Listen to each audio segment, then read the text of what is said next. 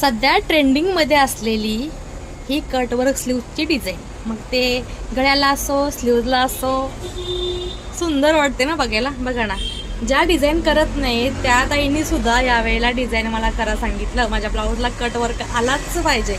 आता म्हटलं चला, एवढं सांगितलंय म्हटल्यानंतर या अशी बाही आहे, बॉर्डर आहे आणि याच्या पुढे कपडा होता जो की कॉन्ट्रास्ट वाटतोय. बाहीतच गोल्डनवर केली असती तर ती एवढी उठून दिसली नसती, पण याच्या पुढं 1 ते 1.25 इंच, इथले 1.5 इंच, ओबडधोबड पकडून 1.5 इंच कपडा होता.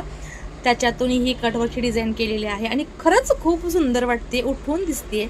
घातल्यानंतर सुद्धा खूप बघा छान वाटेल याचा लुक जो आहे, कारण ऑरेंज आहे, त्यानंतर गोल्डन आहे रोज गोल्डनमध्ये, आणि त्यानंतर ही कटवर्कची डिझाईन आहे. सो सुंदर दिसते ना.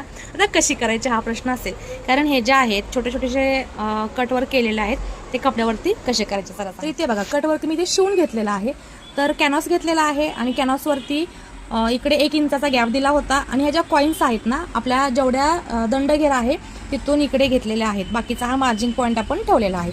आणि कॉईन्स ज्या आहेत 1 रुपये 2 रुपयाच्या त्या इथे ठेवून मी त्या अर्ध्या कॉईन्सचा इथे मार्किंग केलेलं आहे आणि ही कटवर्कची डिझाईन तयार केलेली आहे. डिझाईन तयार केल्यानंतर प्रॉपर असं हे शिवून घेतलेलं आहे आणि ते कट केलेलं आहे. कट करताना सुद्धा मध्ये असे हे कट मारायचे, म्हणजे प्रॉपर आपला हा डिझाईन आहे तो पलटवताना व्यवस्थित पलटी होतो आणि फिनिशिंगला छान दिसतो. तर बारीक बारीकच घेतलेले आहेत, कारण दिसायला खूप छान दिसतात बारीक बारीक कटवर्क्स. मोठे जास्त छान दिसणार नाहीत, त्यामुळे या साईजमध्ये असे हे बारीक बारीक घेतलेले आहेत. सो आता हे जे मी शिवून घेतलेलं आहे ते कटसुद्धा करून घेतलेलं आहे. याला आता पलटी करते आणि त्याच्यावरती पुन्हा आता हे कट केल्यानंतर बघा पलटवायचं आहे. ते इथे मी सपोर्ट करते या बोटाचा आणि अगदी सावकाशपणे हे पलटवते, कारण जास्त जोर देऊन पलटवलं तर मार्जिन खूप कमी आहे, तर शिलाई वगैरे पटकन त्याची सटकू शकते.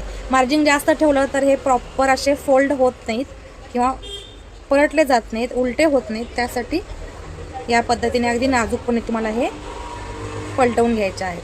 आता बघा ते हे पलटी करून आपले झालेले आहेत. आता यांना प्रॉपर शिलाई जी आहे ती सेट करायची आहे. या पद्धतीने कुठल्याचा कॉर्नर वगैरे दिसत असेल तर याचा बघा थोडासा कॉर्नर दिसतोय, तर इथे लगेच मला हे कवर करून घ्यायला लागेल. जसं मी म्हटलं मार्जिन खूप कमी आहे, तर थोडासा इकडे कपडा वगैरे हा फिसकू शकतो. तर इथे थोडीशी मी पुन्हा याला टीप मारून घेते आणि पुन्हा याला पलटवून. तर इथे बघा मी आता बारीक बारीक शिलाई करून हे कट्स जे आहेत ते शिवून घेतलेले आहे आणि फायनल स्टिच इथे तयार करायची चालू आहे.